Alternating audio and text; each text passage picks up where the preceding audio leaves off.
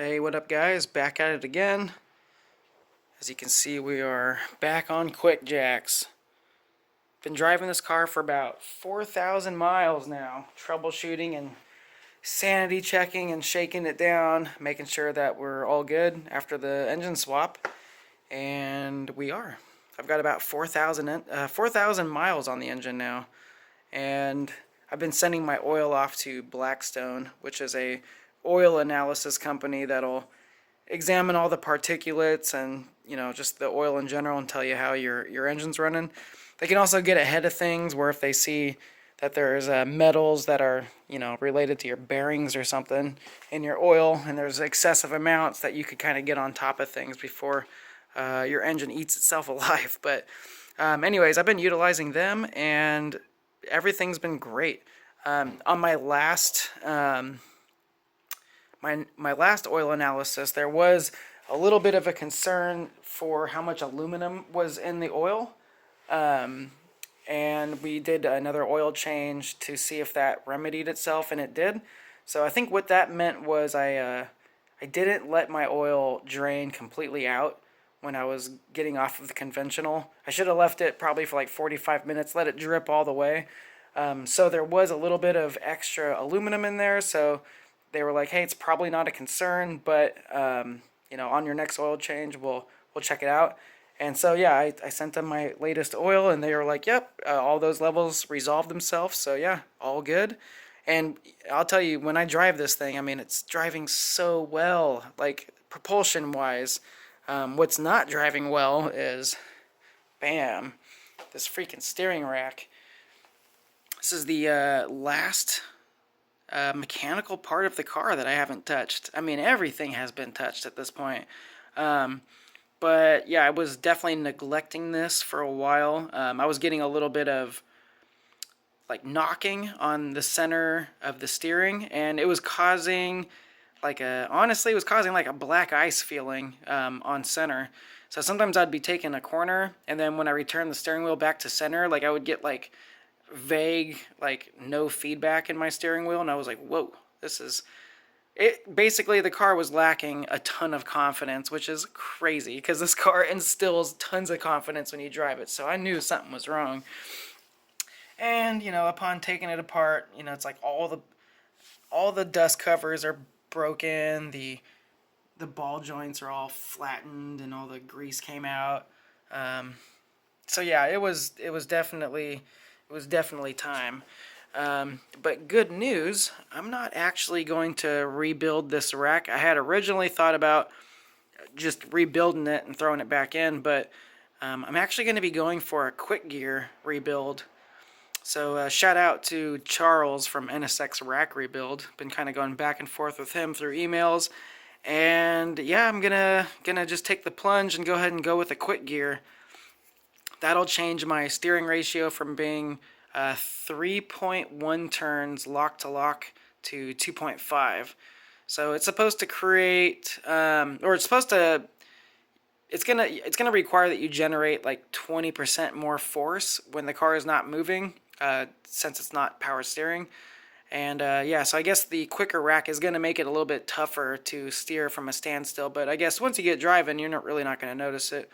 But yeah, that should be interesting. And this is all reversible stuff. We're just gonna take a stab at it, and if I like it, yeah, we'll rock it. If not, I could rebuild it with the old '90s slow steering. But I have a feeling I'll probably like what I feel there.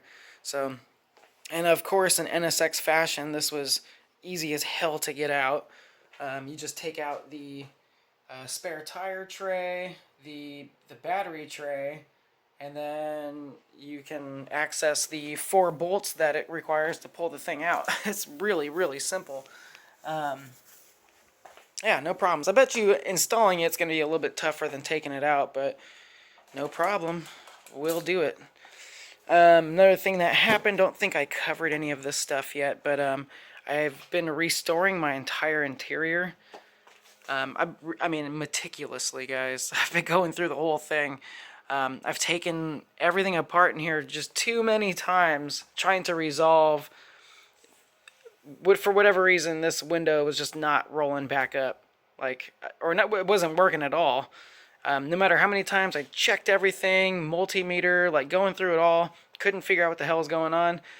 Finally was using the NSX service manual, and they have a troubleshooting guide, and they're like, basically, the second thing to do in the order of operations was just to replace the driver switch panel. So I did that, and that fixed it. So all good there.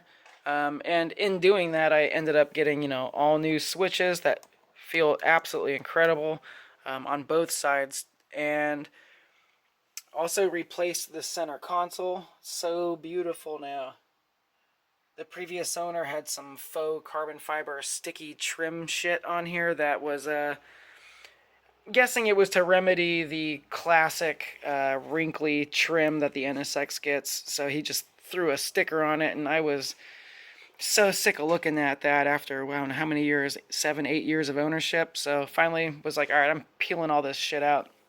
Peeled it all out. There was still the wrinkly aluminum trim that I had to deal with, so I carefully removed all of that, and I rewrapped these in satin black. And I gotta say, guys, they look so good. I'm so happy with them. The only two pieces left to tackle is the center vent. It was cracked pretty bad on the bottom, so I just got, and you can see some of that wrinkling right there. That's kind of what you deal with. So I gotta replace that. That's like $200, and it's honestly not nearly as an eyesore as it was when that carbon fiber shit was on here. So I'll probably chill with that for a little bit. It's a little bit messy down here because I had to take the carpet off and get to my steering rack bolts for the rack and pinion. Yep, that's that. I got these bungee cords on here just so I don't mess up my clock spring while the rack is out. And that is it, guys. Just been fully freaking cleaning up this interior, making it so nice, and all my leather is like nice and squishy, and it feels really good. And there's only this one little tear right here, but I mean, they're all in pretty good condition now. Only things left, like I was saying, is just that center vent piece, and then I need the knee bolster. So there's a piece that goes down there. That's another like $200 on eBay, and we'll get to it. It's just not. I got bigger fish to fry at the moment. That's all. And yeah, so I mean, yeah, that's kind of been that, guys. I'm thinking of, once I get my steering rack in and sanity check it all, thinking about hitting up a track day at Thunder Hill and getting this thing out there and driving it a bit before I start going ham on the cosmetics. There's still tons of cosmetic stuff to do on this car, and I don't want to tackle that really yet, because then I'll be a big baby about stuff, and I don't want to be a big baby yet.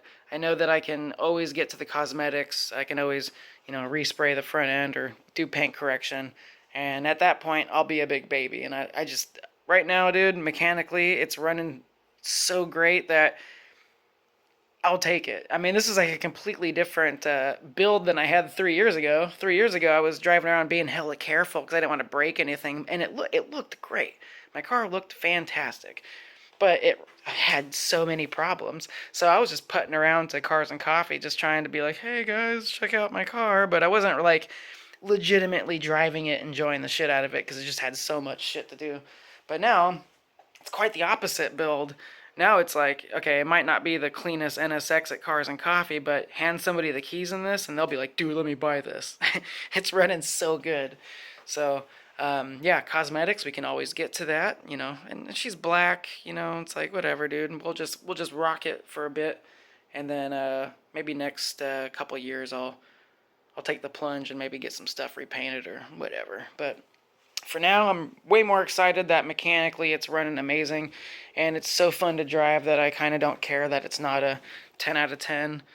I think the goal should be with this car, because I've just been monkeying around on it a bunch, and it really does feel like my car, and it's not a low mileage like collector car example. So I'm going to just make sure that I'm just fully enjoying how this thing drives, and making sure that that's the first priority, that you get in it and you're loving it. It's driving so good. It's exactly what you want out of an NSX. So yeah, that's it. And then, so once I get the steering rack done, maybe I'll be putting some lunch money away for some quick gears for the transmission. I'm getting some FOMO. Getting a lot of people. A lot of people are hopping on the short gear bandwagon, and I'm like, dang it, dude, I hella want that. I got that slow second gear. Not that that's mandatory for me to enjoy the car. It's really, I'm just getting FOMO because I hear other people talking about it. But if I didn't personally know about the short gears and I was just a man by myself with this car, dude, I would not care about that. It's great. It drives so fun. Who cares? But there's always something else, There's always other goals or other parts that are really expensive that you're kind of saving up for. That's kind of one of the cool things about this car as opposed to another like front wheel drive Honda. At least building a front wheel drive Honda back in the day, it felt like you could have a pretty decent job and you can buy everything you needed to in like a couple years, and you're like, cool, I built my dream, EK or whatever. But with this car, it seems like there's no finish line. You're not gonna get everything that you want. It's gonna be just an ongoing process of maintenance and then finding that next part. But don't let any of that stuff prevent you from enjoying the car. You should just be enjoying it through the entire process.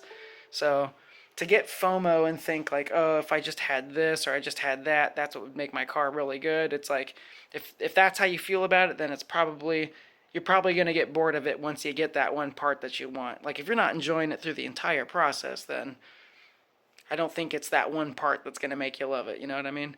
But anyways, yeah, guys, so that's my little update. I'll try to shoot you guys some more stuff soon. But this might not be done until April, unfortunately. Waiting for the machining shop to get back to the NSX rack repair guy. So I think that's going to be April. So I might just shout out to D. Paul in the NSX community. He's got a loaner rack that I guess people use when they're down. So I might go out to Danville and pick up that rack from him so I can at least throw something in there and just enjoy the car for the next month or so before I send this thing off to get repaired. So that's where I'm at right now. Maybe I will stick a fork in this for a little bit and then move back to my Accord.